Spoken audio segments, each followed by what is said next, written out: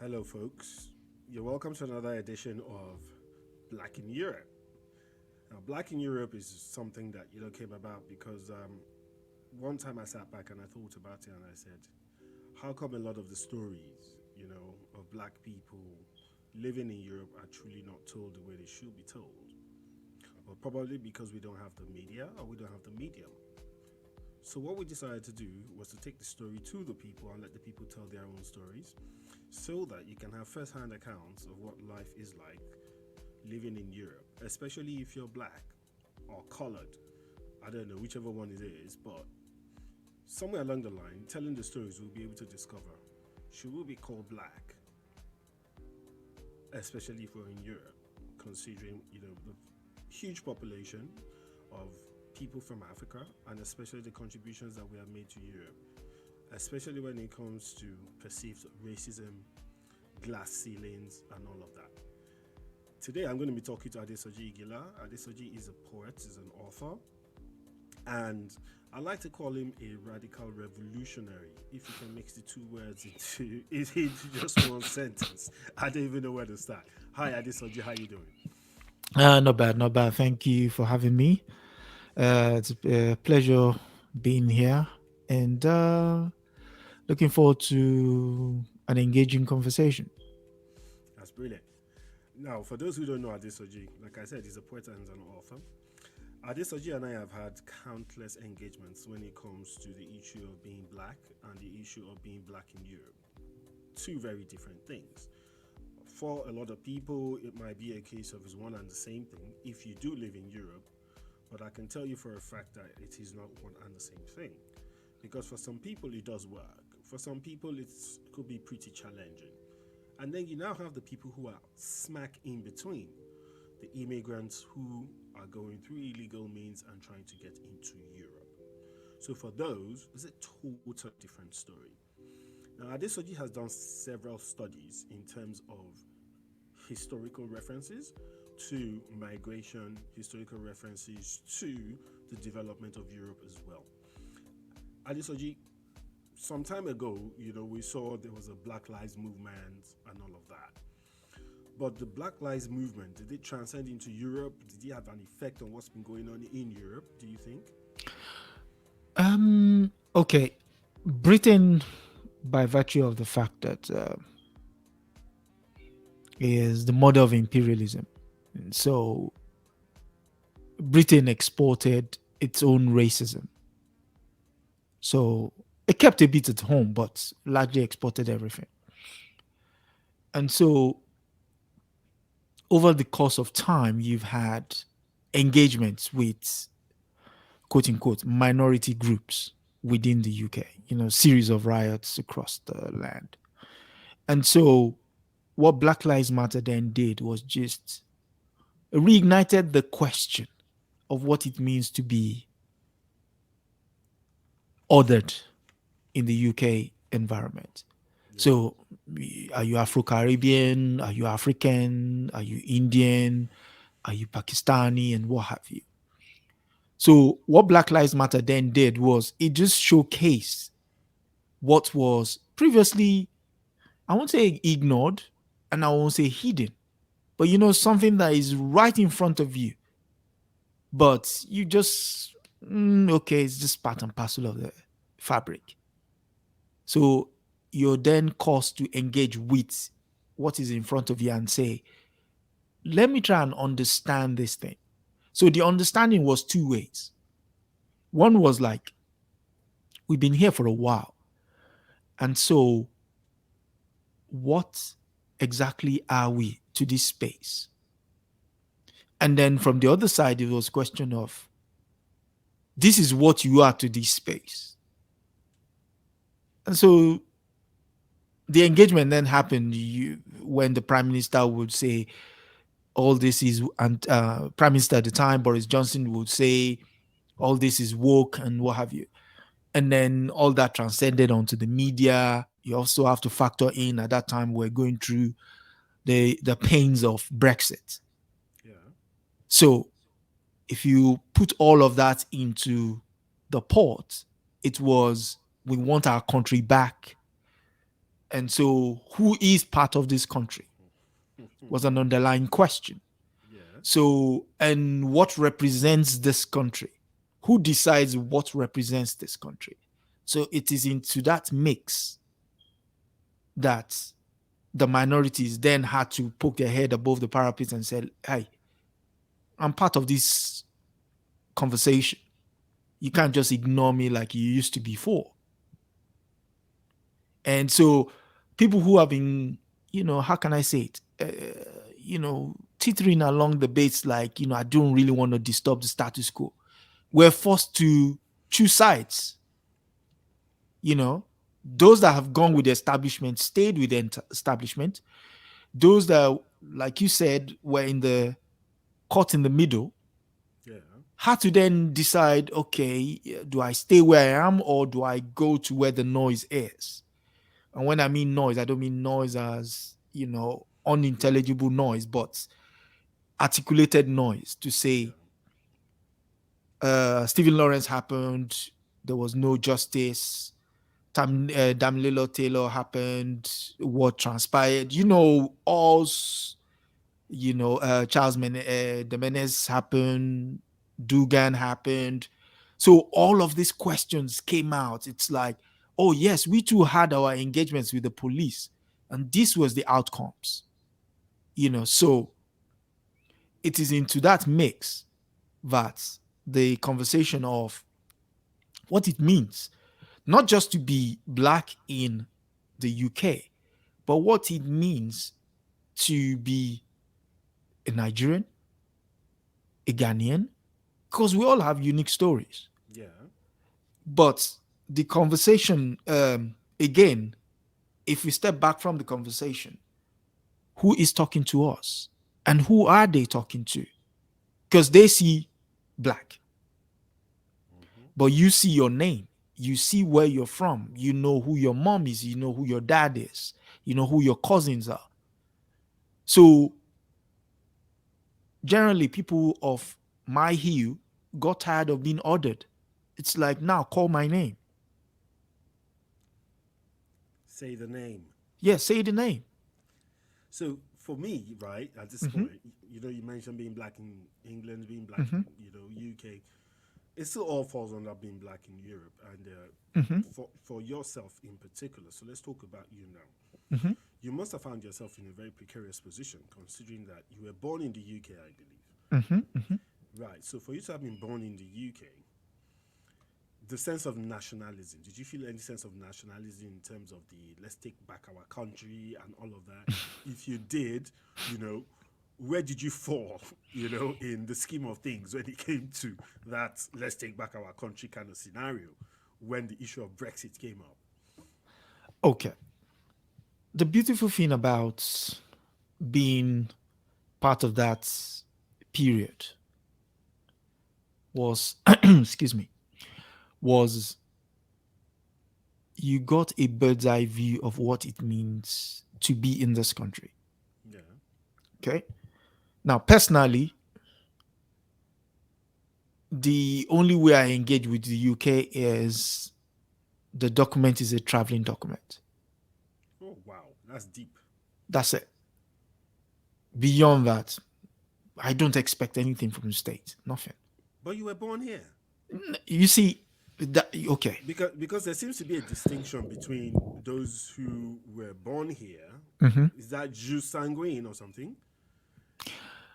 No, it's understanding the history of the place. When you embrace Okay. a place, you Yes. embrace its history, you embrace its identity. Hmm. The UK was the chief architect of the transatlantic slave trade. Yeah. So when you wave that flag, what are you saying? Hmm. That's an interesting It's perspective. part of the history of the place. You can't deny it. It's part of the history of the place.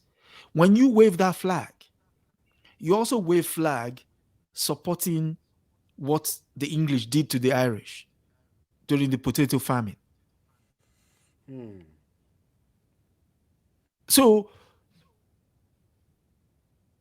I'm I'm not saying, okay, you can't claim wherever it is you're from and everything. Yeah. Of course, by right, you're entitled to be here. But again, my engagement with it is, if I want to engage with the services to which I pay into because of my taxes, I Yeah. would get my services. But you won't see me waving no flag. No. When the football team is playing, it's of no concern to me. I'm not, Except for Liverpool, yeah. well, that's the exception. And funny enough, you should mention Liverpool. They would say they're scouts, they're not English. They will, Mm. when the national team is playing, they're aloof. So in a way, it's almost like kindred spirits. We found each other, and I've been supporting them since the 80s. So I'm not a Johnny come lately. So again, it's that acknowledgement of history. And another thing which is very important here is, when people make a mistake, a collective mistake, and they acknowledge said collective mistake, and they Mm-hmm. make a conscious decision to acknowledge that mistake, then it's easy for you to hug them. If you go to Liverpool, it's about the only museum in this country that is dedicated to slavery. Oh, It's I called the haven't been there. International Slavery Museum. Sorry? I haven't been there. I haven't been there, so I have to go Oh, there. you should. You should. It's on the Albert Docks. I definitely have to go there. It's on 3 stories. Okay. So it's an entire walkthrough. Pictures, sounds, man, it's an experience on its own. But important as Liverpool is to the story of the transatlantic slave trade, you don't have something similar in Plymouth, Bristol, London, which was the money capital for the trade. I mean, they have archives, but it's not something that immediately engages your brain that, oh, there's something there, let me go and see. But the International Slavery Museum is part of the tour of Liverpool. Yeah, you do have a lot of symbolism in London, in terms of the slave trade, especially when you look at the docks, Mm-hmm, with the mm-hmm. fames and all of that, and the way the names that they gave to each one of those docks, kind of tells his own story Yes. as you go along. But again, it's almost like it's an afterthought. It's only if that is your interest would you want to know about it. So, but in Liverpool, you go into Liverpool, you go on the tour bus, the itinerary of the tour, it's there. So in fact, it's free. Hmm. I mean, it should be free normally. But the mere fact that it's in a prominent part of the city, it's not hidden away, Yeah. tells you the city is trying to do what? Reinvent itself. But so for me, that's why I embrace Liverpool a lot, you know. And of recent, Manchester is doing the same thing. So when you ask me, how do I see myself in terms of the UK? Again, that's how I say it. I take, I don't take everything for what it is. Every time I engage with it, I analyze. If it's what I can identify with, I embrace. If not, step back. Funny enough that you mentioned Manchester, because the funny thing is, I became a fan of Manchester United because Unfortunately, sorry. they were the only team as of that time that had two top strikers that were black. So that was Okay. Andy Cole and Dwight York. Do I talk? Yeah. And I looked at it and I said, yes, finally. Because at some point, there was something that we used to do whenever we decided to play a game of pool. So in the game of pool, you have the red balls, the yellow balls, the black ball, and then you have the cue ball, which was white. Mm-hmm. And a friend, used to crack a joke around it, saying that, have you ever looked at the combination of the balls on the table and what they symbolize? Mm-hmm. And I used to look at him like, why are you so weird? But after a while, I had to tell him, okay, tell me. And then he finally told me, he said, so the cue ball is white. And he gets to kick the ass of every other ball on the table in whatever direction it felt like, Mm-hmm. except for one, which was the black ball. It actually picks a precise direction to Mm-hmm. kick the ass of the black ball. And I was like, wow, how did you come up with that? But that actually, told the story of how deep he had gone in trying to analyze the issue of race, Mm-hmm. the issue of hierarchy of race, Mm-hmm. and how things played out in the world in general, foreign policy, international policy, Mm-hmm. Mm-hmm. monetary policy, and all of that.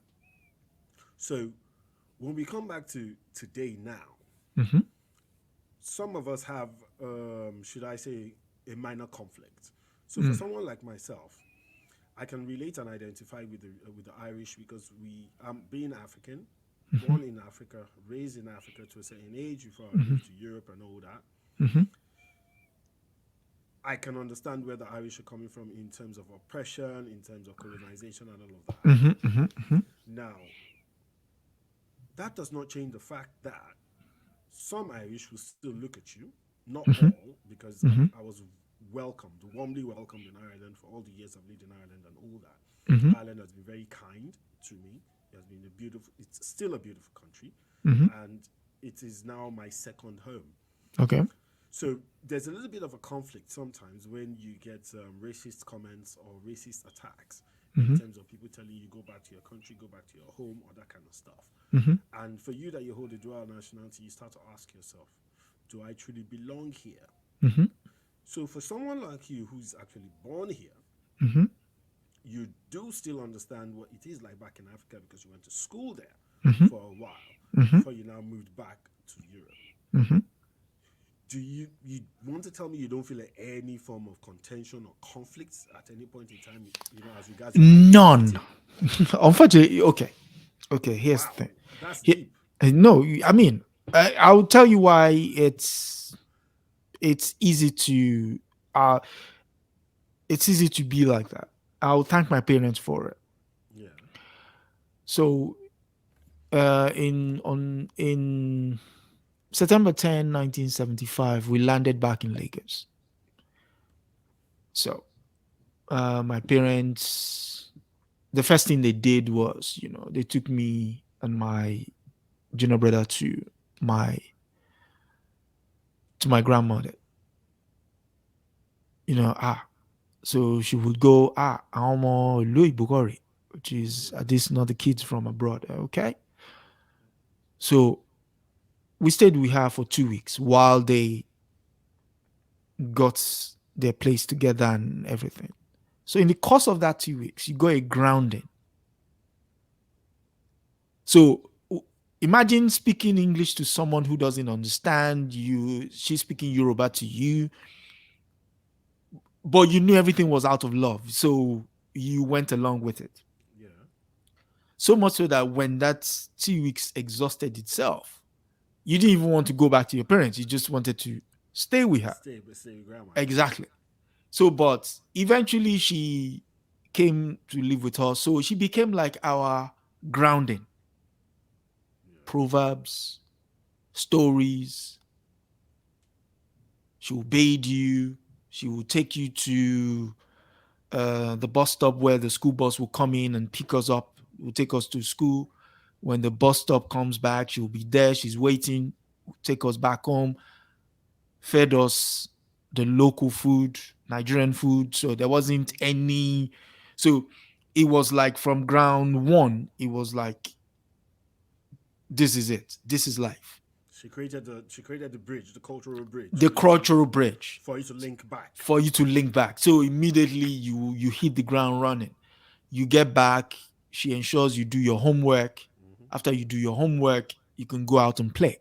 So when you went out and play, you're not only playing with people who spoke your language, you're also playing with people who based on your background, you would be somewhat well off than they are. And you will also play with people who are well off than you, but you were kids. Yeah. Yeah. Okay. So, which brings me to this thing. She then gave us a lesson one day. I had like a minor fallout with one of my childhood friends. And at that time, we were like 9, and I can still recall what she did.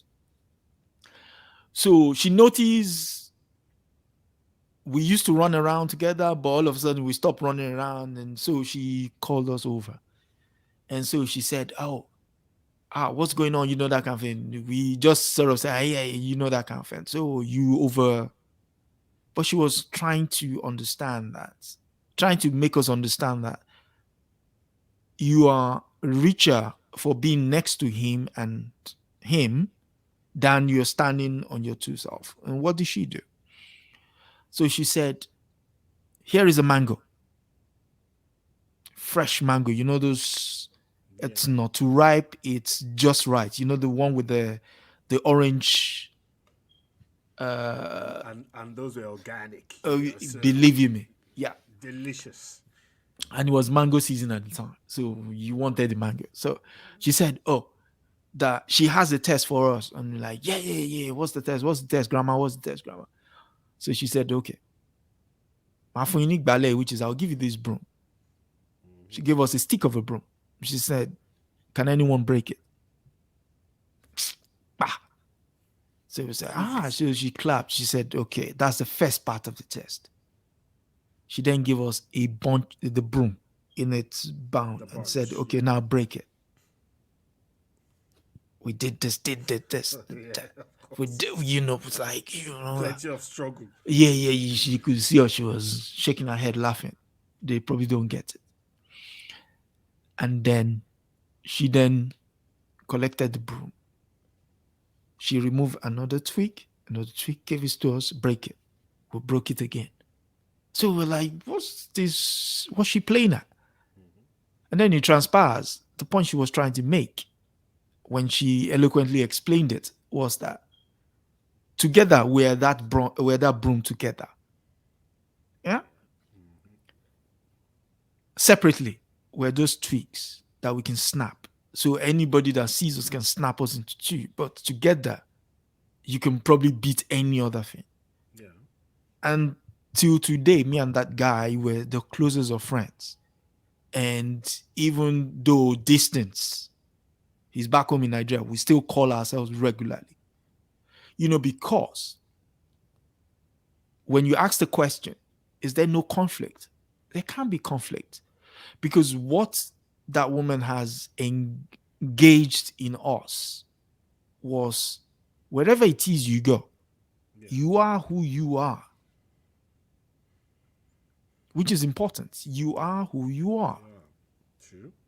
So we're caught up in a world where material things now define who we are. So when I said the passport, I only engage with the passport when I need to travel, that's a fact. It's in my drawer there. I know where it is. Besides, it's next to the Nigerian passport. I look at both of them as documents. If I want to engage anywhere, I will engage, depending on which one needs to be used. Yeah. Beyond that, it's of no use. And here, it's when you go to into the public, nobody knows whether you are born here or not. It's not a subject of conversation. It makes It's it immaterial. It's immaterial, exactly. It doesn't enrich or rob you of anything. In fact, it is how you carry yourself that determines. So when people then say, "Oh, by the way, you are," I'm like, "Yeah, yeah, yeah, whatever. Just move on. Move on." You know? So, So, what age were you when you came back, and how did that impact the way you related to your peers okay. when you got back? Okay, yes. Okay, so um went to secondary school, university. Ahmadu Bello University, in Zaria. And again, that window was me coming from Lagos, a cosmopolitan city. Yeah. You're coming to Zaria, one of the oldest towns in Nigeria, and you're coming to meet people from all walks of life in there. So that's the petri dish called Ahmadu Bello University also then gave you some values of what it means. There are times where you're struggling. You will have to humble yourself. Yeah. And in the course of humbling yourself, you also understand yourself the more. As in, Yeah. Right. well, Hmm.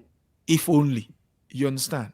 And so you grow, you meet people, you I mean, people will still engage till today. So when it came to time to traveling back, I came here when I was 29. I came, Wow. I came here. I came here December. I arrived here December 25. I left Lagos 11:59 11:59 on 24th of December 1999. So you came back Hmm. at 29, meaning that you had a lot of cultural leverage Leverage, and you insights. not just the insight. I mean, because basically what that will mean now is that you are coming with very fresh eyes. You are like a new immigrant into the country that you were actually born. Hmm. Hmm. So you come in, um, was picked up at the airport by my older brother. Came in on Christmas Day, obviously. And anyone who is conversant with what Christmas Day is like in the UK would know there's no traffic on the road. Yeah. So between the airport and his place in Wembley at the time, we did it in less than maybe 10 minutes. And you would have been like, where's everybody? Exactly. So I was asking the question. I was asking the question. Especially if you're coming from Lagos. Lagos, with all the, so I was asking Yeah. the question. So he said, that it's Christmas Day. There wasn't any snow, but it was cold, it was freezing and everything. So we got in and basically showed me around and everything. So in the evening, we drove around, showed me places, that kind of thing. And 2 weeks later, started work with in his business. At the time, he had a travel agency. So in the course of that travel agency, you also had the chance to interact with people who want to then go elsewhere. Yeah.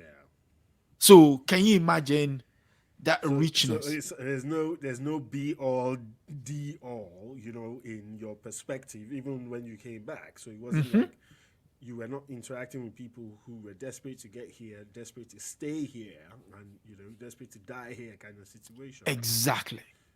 Right. And Okay. so what that then does also is it also opens your mind and thoughts to, okay, you are here. Here is not the end. Yeah. It's just a means to an end. So where else do you want to go? Do you want to go there just to go and see and come back? Do so was able to travel out to Morocco, Spain, Germany, all sorts of places, Scotland, you know. Now, when it came to going to the States, New York specifically, for initially, it was also another insight.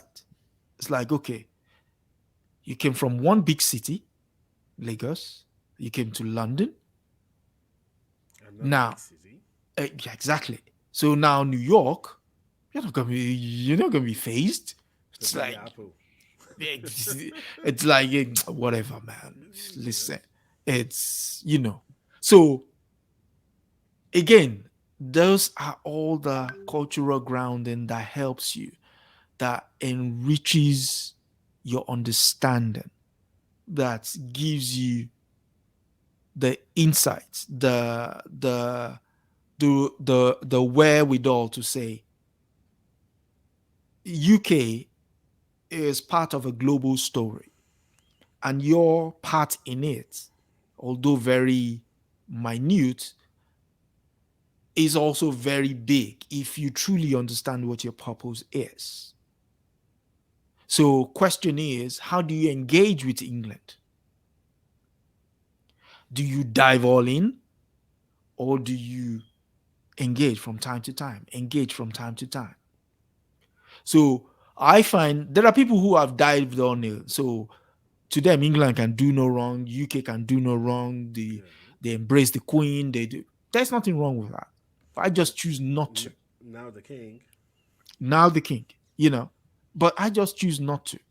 I choose to see things differently because, if anything, the UK is very good at telling stories, which is what we're doing here. Yeah. So when you dive all in, what is your story?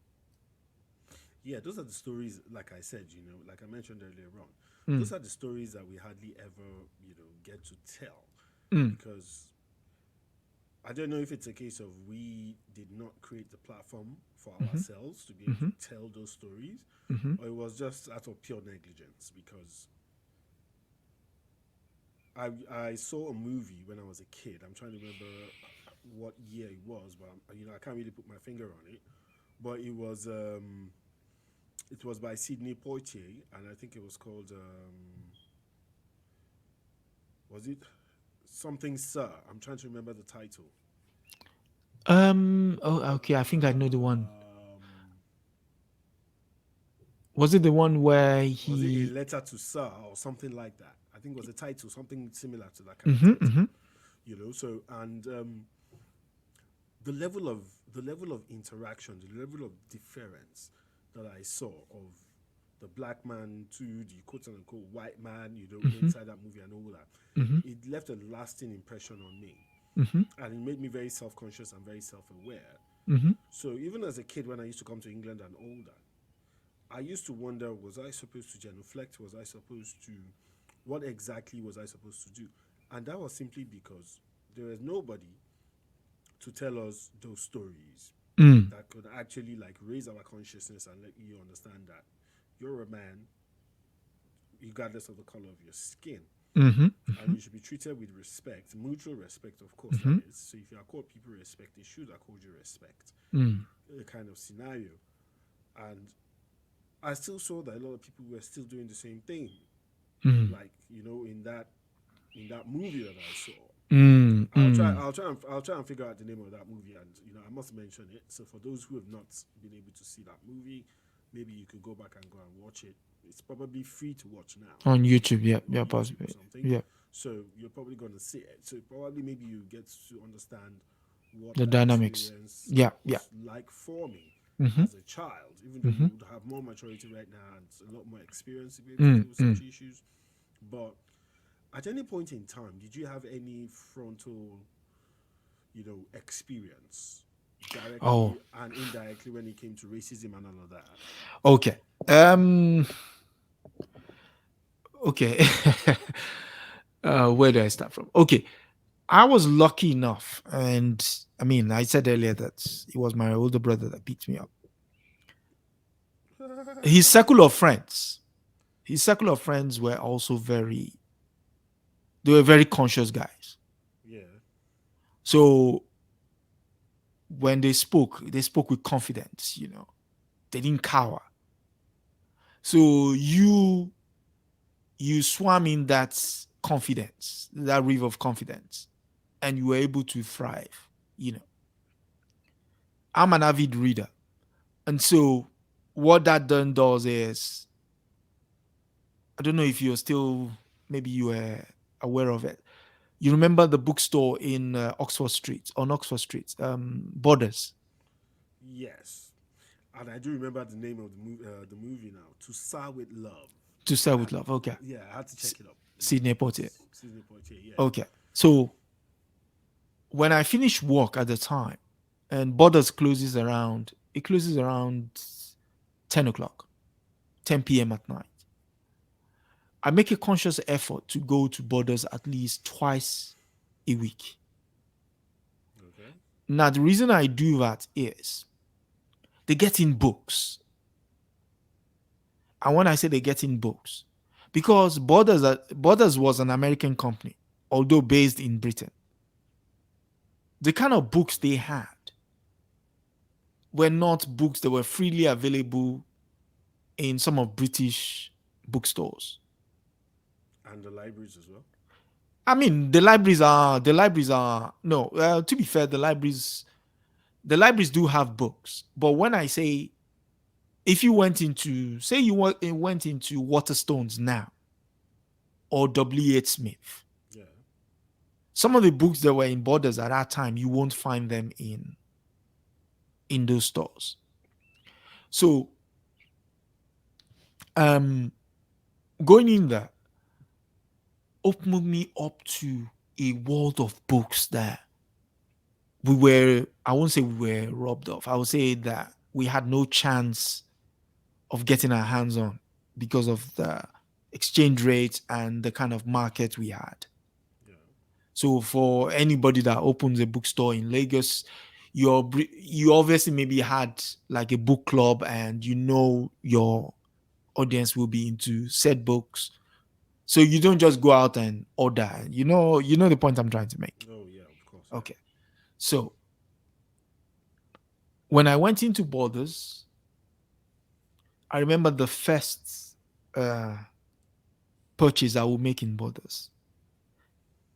It was Liz Anderson's book. In fact, I actually have the books next to me right now. Oh, okay. Che Guevara. Che Guevara.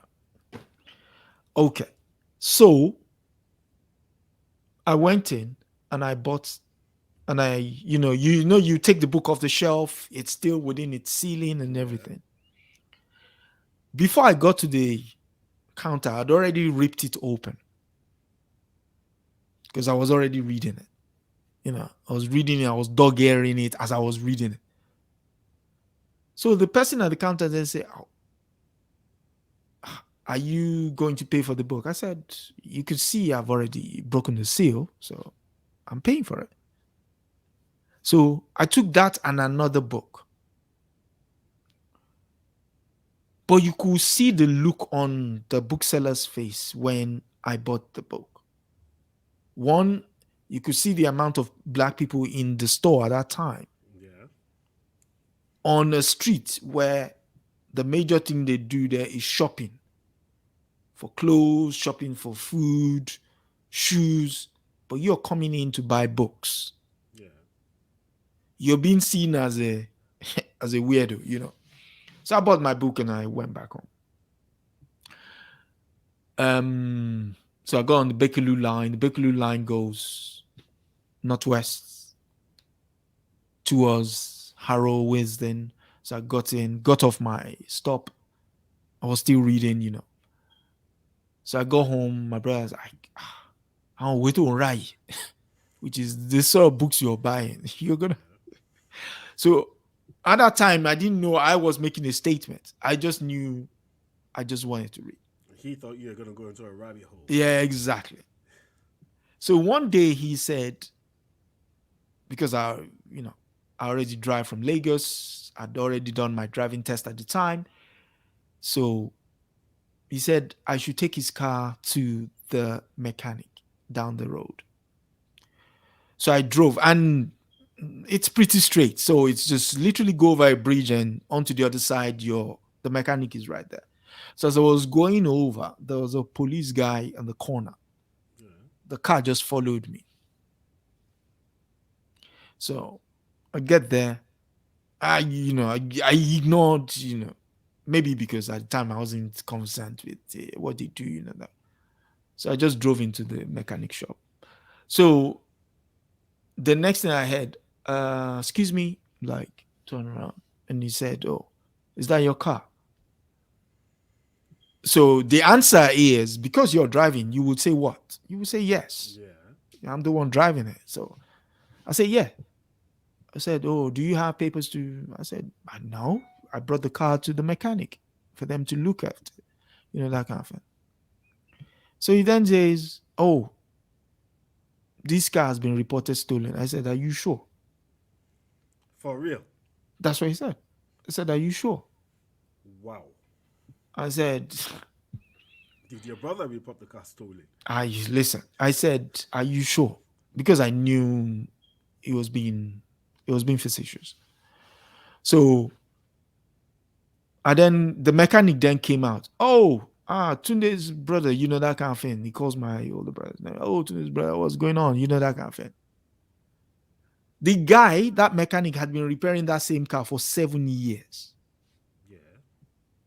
So when the police officer saw him, he was like, "Oh, do you know the owner of the car?" He said, "Yeah, I know." So he says, "What's the problem?" He says, "Oh, do you know the car's been reported stolen?" He said, "Are you sure?" That was the question the mechanic also asked him. "Are you sure?" Yeah, you sure? I said, "Yeah, yeah." I said, "No, you can't be. You must be mistaken. I've done MOT test on this same car for that number of years." So that was my own first engagement with the police. How did that all end? He ended by him just walking, understanding that he made a boo boo. He made a stupid call that he shouldn't have made. But at that time, you couldn't sue them. You couldn't, basically he will register it, but then he won't register the fact that he made a mistake. So did he take your details? No, no, no. All of that He stuff. didn't take any details because it was the mechanic guy who started engaging with him. Because the moment he realized he'd made a mistake, he couldn't speak to me directly anymore because it means he will have to apologize, that guy. So he just said, "Oh, maybe I'll go and check my records," and he just drove off. That's what he did. That means he ran away. Come on. Literally. Listen, this is you're talking about the Mets, man. So Wow. the next engagement was when we went to my brother and I went to there was this club we went to in St. Albans. Okay. In fact, I would cautionary tale no one in their right mind should ever go to such a club. Such a club. So how do you identify such a club? I mean, Such a tell me the club such a club. is okay. Where it is even located is located. It's called Batchwood. All right. If you look it up, it's tucked in the literally in the. It's almost like in the forest. Okay. But you come out to this grand place, Hmm. but it's a club. It's played by a at the time it was played by a black DJ, but the crowd was white. Okay. You get into the club, and immediately the eyes will tell you you're not welcome. They're staring at you, they're glaring. So we were there for like, so we're there like for like, what's it called? We're there for like 40 minutes or so. Yeah. And it got way too uncomfortable for me. I just told my brother, "Let's go." It was only in the car that my brother said he deliberately brought me there. Why did he take you there? It was a lesson to see whether all those books you're reading has stilled you enough. Can you understand that lesson of life? Oh my goodness. Exactly. So when when he told me that, then he called one of his friends. He says, Omobeshe son you, which is it's how you said it, that Yeah. so which means they were talking about it. That Omojakotie Rigbo, which is let him feel it. So basically, it was a case of, regardless of the type of information you think you might have gleaned from books, the reality was very different on ground. Exactly. But it was a controlled experiment.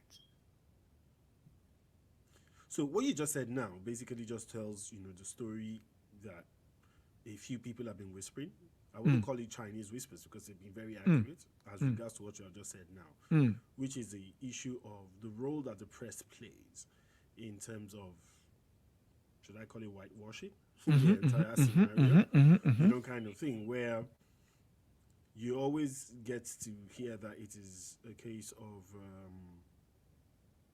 the normal mistake, not a mhm, case of its racism, so to speak. mhm.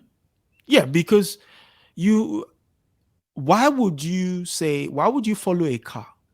A car that you have checked the details, that you know who the driver is, Yeah, you know the history, you know whether it's insured or not, you know whether whoever is driving it have question marks. You literally have all the information on you. So what is the intention other than to vilify you? You know. wow. So again, he bought a Mercedes Benz SL. I think that was 2001. No, 2000. Yeah, 2001. 2001, 2002. Yeah, 2002. So with the German plate number, we drove this car to central London. We didn't get stopped in central London, so London is very.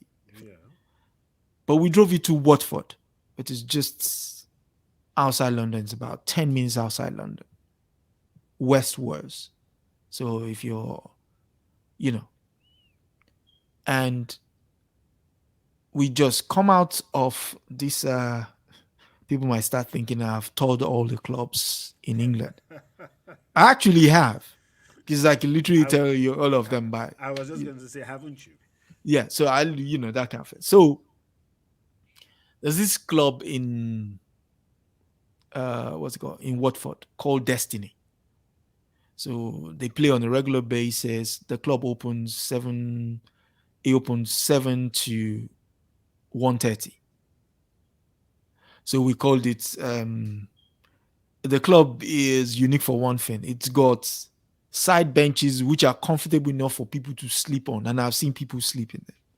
Whoa. Old people who just want to hear noise. They will Yeah, come, they will dance a bit, then they will go to that corner, sit down there, and some of them will fall asleep. So it's hilarious to watch, but that kind of. But it's also, it's how do they say it now? It's also it's a very social club, that kind of nightclub.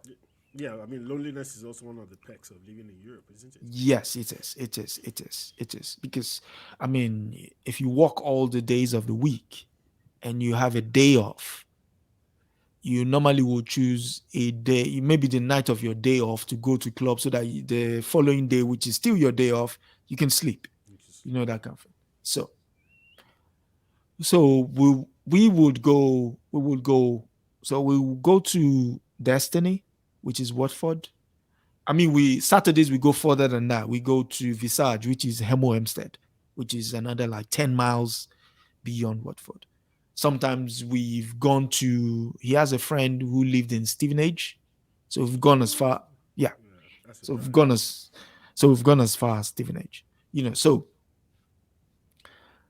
but on this particular night, we went to Watford, and we were coming out of the club.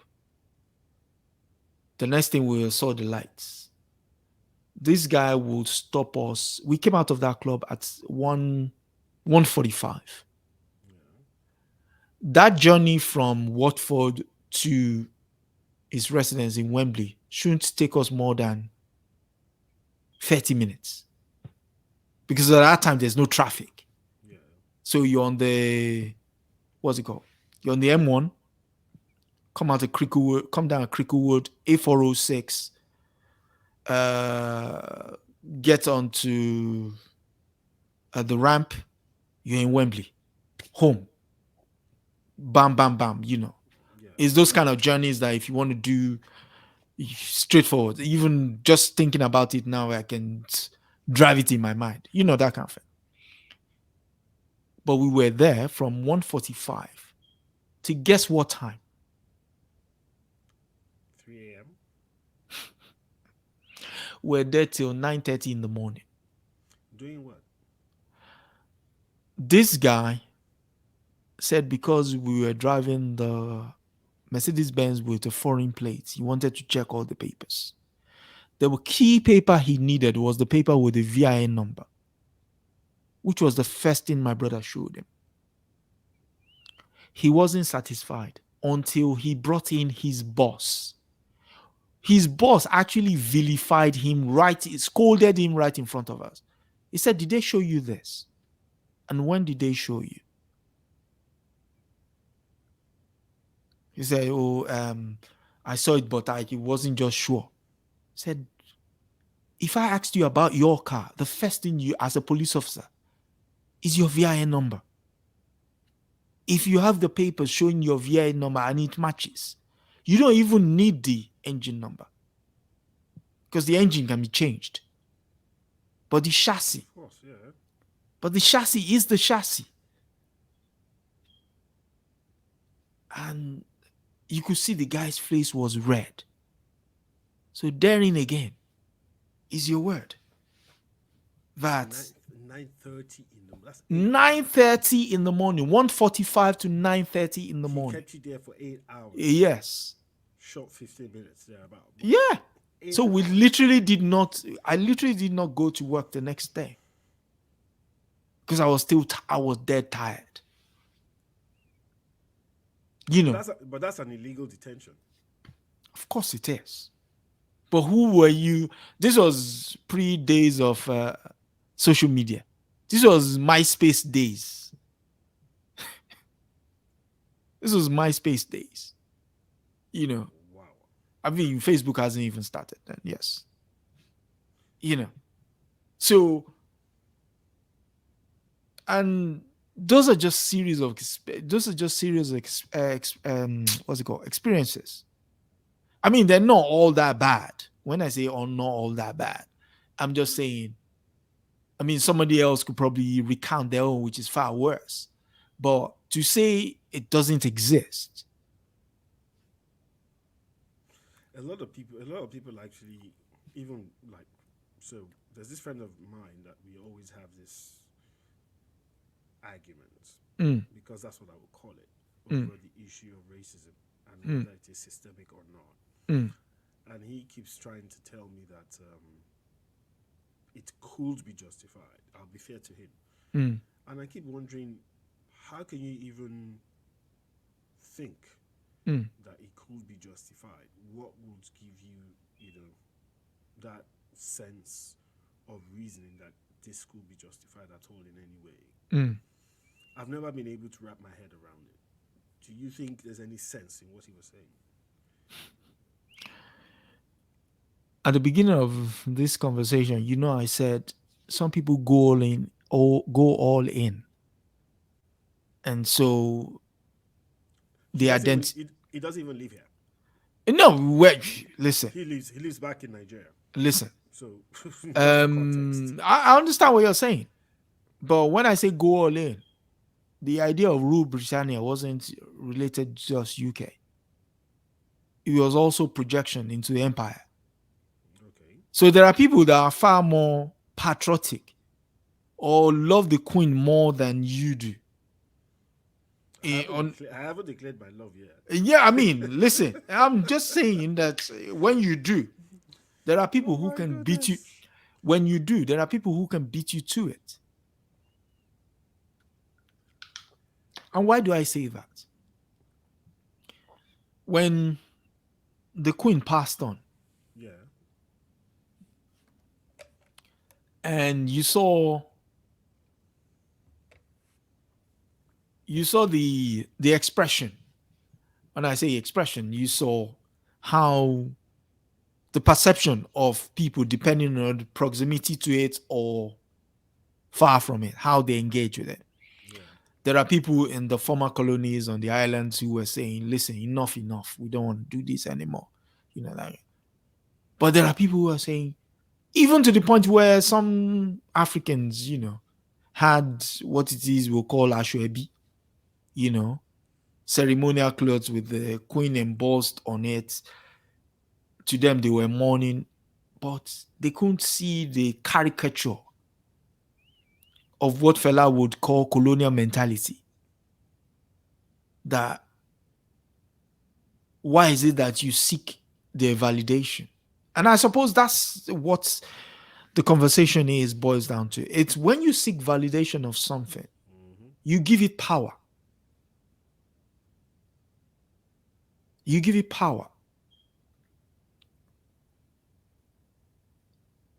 If I want to move, I've got the passport there. You go in, take the passport, dip, get on your plane, go where you need to go.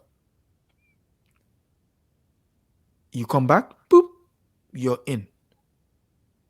You need to go to the GP, book an appointment if you can get one. Well, right now, if you can get one, yeah, definitely. Yeah. So if you can get one, you need to use the library. I've got the British library reader's card. I'll go down into the basement. I don't sit upstairs, go into the basement. I go and see all the stolen stuff. You Do they have that in every library? Oh well, no. I mean, for the British Library, they've got British Library's got okay. British Library is 14 story. It's 14 stories. It's 14 stories. It's got about it's got about 7 stories below ground. Okay. And when I say it's got below ground, if you've been there, there is scrolls from stuff from everywhere there. So it Are depends you on what. are you allowed to do research in there? Yes, you are. You are. That's the point of it. It's So research. now, I have heard, because I haven't had the opportunity to actually start doing any Mm, research in there just mm, yet. It's going to happen somewhere further down the line. mm-hmm, But I have heard from a few other people that it's not a case of our stories have not been documented here. mm-hmm, They actually have been documented here, but because we haven't gone in to mm-hmm, retrieve as much as we can mm-hmm, and then be able to document and then tell our own story, mm-hmm. that is why the stories are not being told.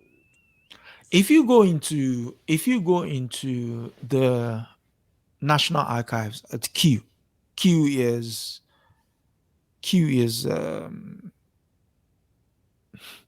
from central London is about excuse me is about maybe 10-15 miles.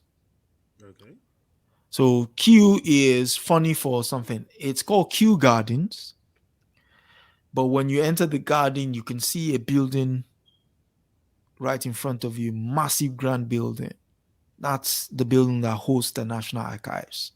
Okay. So when you get there, depending on what your interest is, they will ask you to fill in a card. And so if you say you wanted to read about Zungeru between 1400 to 1880, they will bring all the boxes onto your table. You sit there. When you finish, you leave stuff there, they will take it back. If you want it to be reserved for you, you go through all. So you've got a chance to do anything. With the British Library, you just need to send them an email ahead of time, and your stuff will be there waiting for you when you get that. But Well, you, I can probably live in those type of places, because there are so many stories I would love to tell, of course, especially when it listen, comes to the issue of how a country like Nigeria, came to be. was derived. I Mhm. wouldn't even say came to be, because right now there's the question of, is there a country called Nigeria? You have that question on the table. It's burning, Yeah, and technically, it shouldn't. It technically, shouldn't exist because the amalgamation was 1914, wasn't it? yeah, So 2014 will have marked 100 years. yeah, And so when I mentioned Zungeru is very important in the history of Nigeria. It's actually where you had the traditional rulers come and agree to be part of what is known as Nigeria. And so essentially they signed on to a charter for 100 years. yeah. Now, that charter was then sold to the United Kingdom for £850,000 at the time. It was 100 years. That 100 years has lapsed. Like So United Trading Company, I believe. yes, yes, yeah, United African Trading Company. Okay. So if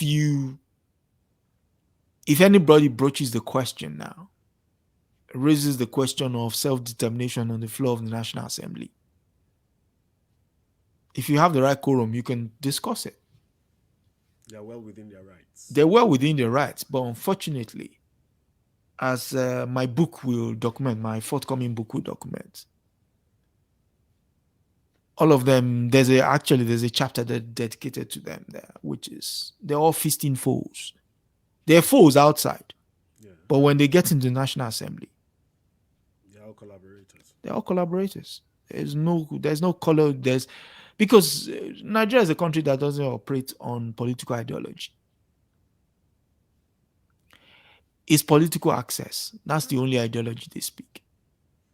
Well, this is a topic on its own Mm, because when mm, you talk of Nigeria, you talk of Nigeria's politics. mm, Some people are of the consensus that you only have political access and no political ideology simply because the gap mm, in between the cultures is very wide, mhm, and no time has been taken, to be able to form a bridge between the cultures, to be able to mhm, develop holistic relationships, mhm, robust relationships, more like.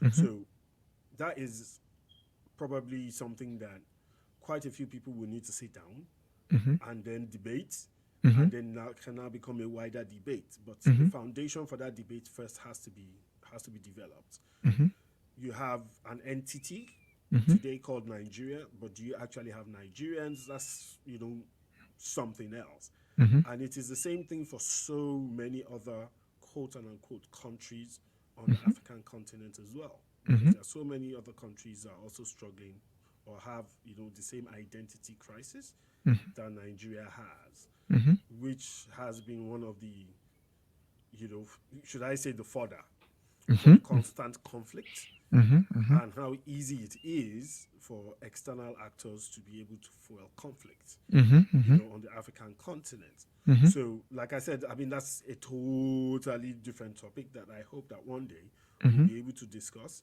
I mhm. don't know if it's appropriate to discuss it on Black in Europe, or we'll take it back to Just Banter, which is a I platform where mean, we can I have mean, variety of okay, discussions. a tie in for what we're talking about would Yeah, be: have you ever been to the Nigerian High Commission in London for once I anything? think. Once I Okay, think, yes. okay. I was So actually on a what's visit. okay? That is an experience in itself. Yes. I usually that's the funny thing. So that's why I said, you know, the beauty of Black in Europe is Hmm. you're able to tell your own story based on your own perspective. So when I first got to Ireland, and all that, my Nigerian passport expired 2 years after I got to Ireland, Hmm. or rather, a year and a half after I got to Ireland, my passport was due to be renewed because Hmm. 2 years after I got to Ireland, it was going to expire. Hmm.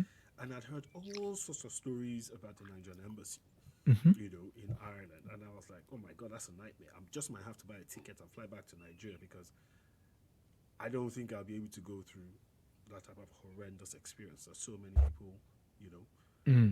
had mentioned.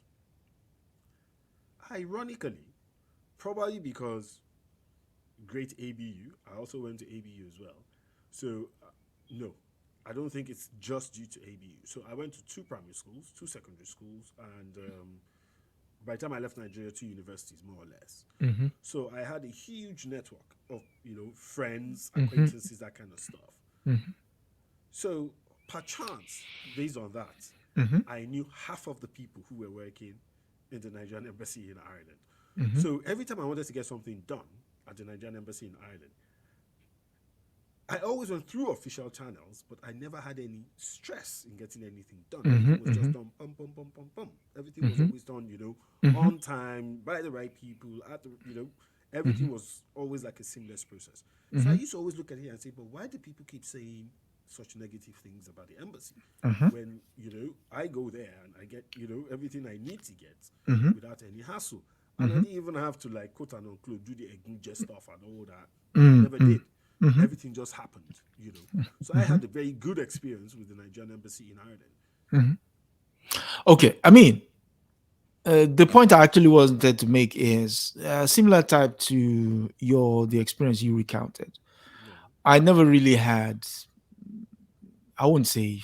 I mean, I go in, get what I need to get done, and I leave. But it's in the course of me going in there. I people watch. yeah, So the point I was trying to make was you realize how far you are away from Nigeria, but yet so near. yeah. Right. Because you Okay. see some mannerisms Yeah. that you will think would have been left on the shores of Nigeria. And then those kind of stunts are seeking to be pulled here. Then you start laughing like. So it's really not the place, it's the people. It's the people. It's It's the the people. people. I keep You saying know, that. You know, we it's, are we are very different, but we are so alike in a lot of ways. yeah, In a lot it's of ways. it's the people. It's like one day I was driving down, I think it was, okay, I came to see someone who came from Nigeria. So they brought me some stuff from my mom. So I came to pick it up at, what's it called? What's this place called? Dulwich. All right. So I had to drive through Peckham. And so in Peckham, there is a library, Peckham Library. Yeah, yeah, yeah, yeah. Okay. Yeah. So I've not been there in a while. So when I came round the corner, I noticed there were a series of portraits on the wall. Idris Elba, you know, what's his name? Idris Elba, what's his name? Ben Okri, you know, popular black guys, you know, and women. Did you have Jazzy B there as well? There was Jazzy B. There was, I mean, a whole host of, so, That's but my man. so there were a whole host of a whole host of portraits on the wall. So I was looking at it, but so while I was looking at it, I slowed down. So there was a bus that wanted to pull out, so I allowed the bus to go in. And then as I was going in, as I was moving along, there was this woman who was coming in from commercial, sorry, from the estate. She was trying to join the traffic. So because there is I saw the lights, I was trying to race towards the light so that I can beat the lights. And this woman came almost close next to me, trying to squeeze her way in. So I looked at her funny, like, what's going on? And then so I said, so I did this, like, what's going on? You know. To cut a long story, the woman just laid all sort of explicit in Yoruba. Hey, àwọn àwọn onídàáda ọmọ Jàmọ́ nìyẹn kìnnìkan kìnnìkan. She went into all these tirades. I'm like, Oh my goodness. I was like shaking my head. So I was shaking my head. So I then said, okay, mm, again, if you know who you are, sometimes you just let it be that now. So I said, oh, by the way, there's a friend of mine who lived in Peckham at the time. So let me stop by. A colleague from ABU, Yeah. classmate. So I said, and we shared a flat initially at some point. So I said, let me stop by and just. He supports Manchester United as well, so we don't really get along on that account. So I said, let me stop by him. So I said, but before I stop by him, I'll need to go to the store because I don't know if I go to him, I might get carried away with talking and time. Yeah. So I needed to go and get some. So I went to the store, got what I need to get what I need to grab. So I drove to him. So when I get to him, I park and I go in. I hear that same voice. Of the same woman. And then the woman spoke. And then when you're bidding your time as to when you can tell this woman she's Mm-hmm. just being a rat ass. So before I said anything, because she didn't see who he was, but she saw the car, I heard, you know. So she saw my hair and just made her comments, side comments, and like so. Got into my friend's place. We were talking and everything. So I was talking Yoruba, bantering with him in Yoruba. How mo gagon, that kind of thing, that. Mm-hmm. So he was like, yeah, yeah, yeah. So he was like, Miti. So he introduced me to Yawore, Yawore, that kind of thing. So the husband too was that, Nigerians, once we let go, we have Oh yeah. we have a pot belly, and I said, agree them, according him his respects and everything. So, but I was still looking at the wife. I'm like, okay, when would be a good time to tell this woman she's been an idiot? So, so I would have just thrown it in there. So no, no, no, no, no. You've got to bid your time, because when you do that, they go on defensive. Again. I'll tell you what that happened to me anyway. So when So you're done. so then the window came. Then I went to the kitchen.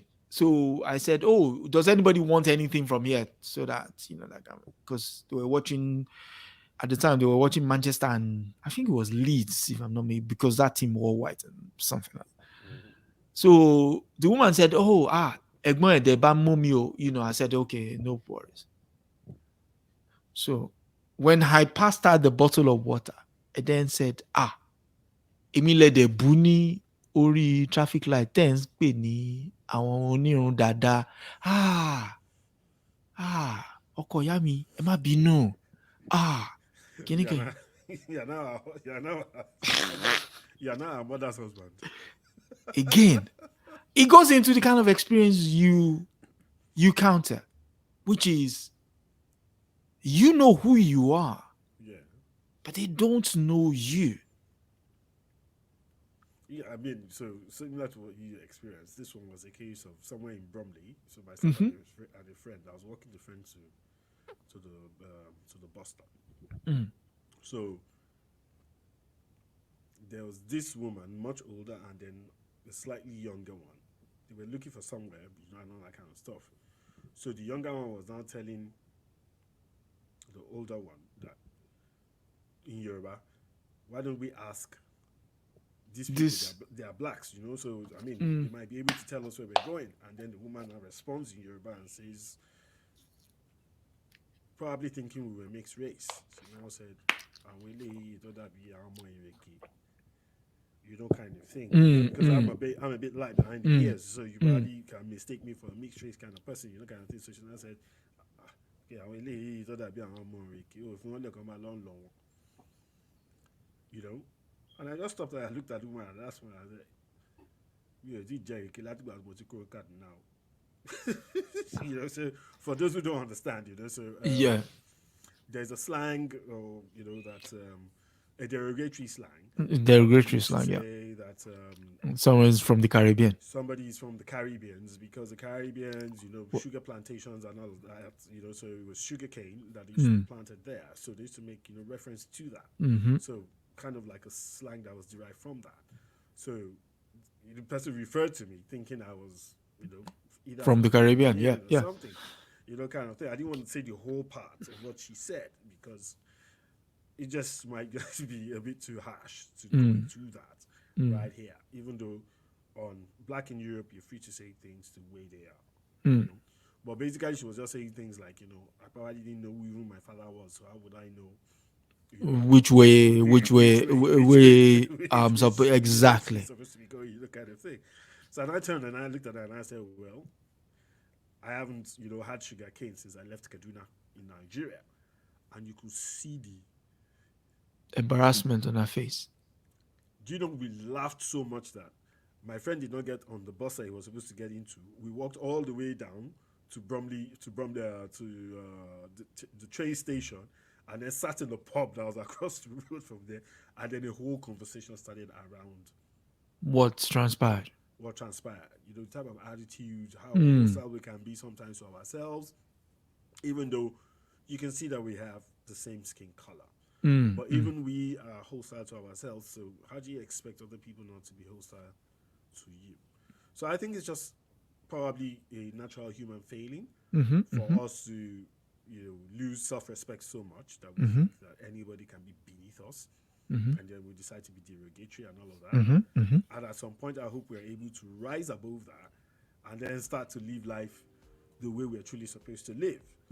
Live life to the full, be able to engage, with other people from different parts of the world, regardless of what the color of their skin is, being respected for who you are, being able to get jobs, that you true. actually do qualify for, and Yep. being paid what You're due. your due is. Mm-hmm. Because a lot of people have so many stories to tell around how they don't get their dues when they're applying for jobs. A lot of people have a lot to say about how they don't even get job interviews simply because they write their names, their CV the way it is. Oh my God. Somebody like Adesoji, for instance, now that's gone full radical, probably because he can afford to do so. I mean, he can create wealth for himself. So, at any point in time, the first thing that anybody can do if you find yourself at a loss in terms of identity crisis, the first thing you need to do is discover yourself. Yeah, yeah. Self-discovery is important. And as soon as you're able to discover yourself, you'll find out that you're an individual with immense potentials, or should I say, infinite Potential. potentials. Yeah. So all you have to do as a people is to continue to self-develop, and from self-development we can go into developing wealth. And when you develop wealth, you are able to now pass wealth on generationally, and then you're able to boost self-confidence from generation to To generation. generation. Yeah. I'd like to thank Adesoji for giving me his time and us having this Always a great, pleasure, great, man. great conversation. Always a pleasure. Always a pleasure, Habib. Always a pleasure. And I'm sure that we're going to have Adesoji back at some point based on the fact that Adesoji is writing a book and is about to release that book anytime from now. Full disclosure, at some point I had the opportunity to do a little review of the book, but I'm not going to tell you anything about it. Adesoji, please, can you tell them the title of the book and when you hope that book is going to be out? Okay, the working title at the moment is Nigeria, A Captured Existence.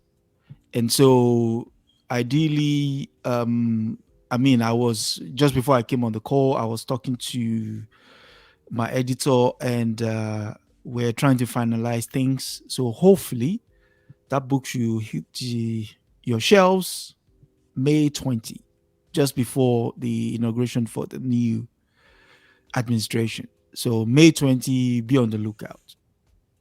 Fingers crossed. Bang, bang, bang. Now, we're going to be giving away 10 copies of that book. Black in Europe is going to be giving away 10 copies of that book. Thank you. So, if you know that you want a copy of that book, to be able to read that book, just please subscribe. Subscribe to Black in Europe on every single one of our social media handles, on Facebook, on Twitter, on Instagram, and definitely, of course, here on YouTube. Go to Anchor. Also follow us on Anchor and all that. If you can, support us via Patreon as well and all that. We'll be sending out our Patreon handles as well by the time this comes out. So we'll appreciate the support that you give us, but we are also going to show our support to all our guests each and every time that we can. And so Adesoji, of course, because of the special relationship, we are going to be showing our initial support. We're going to be getting 10 copies of that book, and we're going to be giving out 10 copies of Adesoji's book. So all you have to do is subscribe to all of our social media handles, and then just put in the comment section Adesoji/book, and we'll be picking 10 random people to give 10 copies or 1 copy each of a book to. So don't come after us for 10 copies. We'll only give it out 1 each. So you all have fun, and we'll see you on the next episode of Black in Europe. Adesoji, thank you very much. You're welcome. You're welcome, bro. 10 copies. See you all. Bye. Bye-bye.